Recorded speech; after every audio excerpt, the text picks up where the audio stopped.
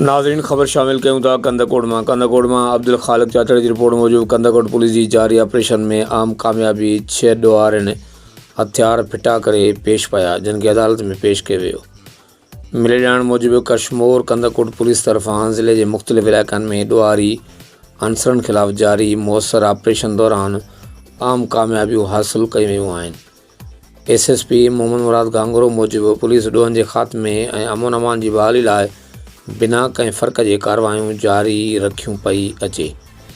इन सिलसिले में C सेक्शन कंदकोट के इंचार्ज अली नवाज़ सब्ज़ोई कामयाब कार्रवाई कंदे 6 ॾोहारी जेके पाण पेश थिया जिन खे गिरफ़्तार करे अदालत में पेश कयो वियो। गिरफ़्तार थियल ॾोहारनि जा नाला ज़ुल्फ़कार उर्फ़ भुट्टो वलद बशीर अहमद सब्ज़ोई, वाजिद वलद फ़कीर मोहम्मद सब्ज़ोई, शौकत अली वलद अब्दुल सत्तार सब्ज़ोई, बरकत अली वलद अब्दुल सलाम सब्ज़ोई, असलम वलद शाहदोस बंगवार, अकबर वलद मंजूर अहमद उर्फ़ बेदो सब्ज़ोई।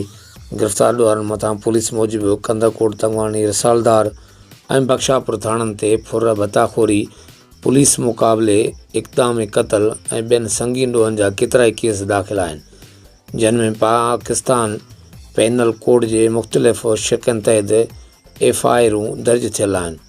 पुलिस जो चवणु आहे त ॼाणायल जवाबदार कंदकोट शहर ऐं भरपासे वारे इलाइक़नि में ॾोहनि जी केतिरनि ई वारदातुनि में मुलसिर रहिया आहिनि ऐं डिघे अरसे खां क़ानून लागू कंदड़ इदारनि खे घुरिबल हुआ।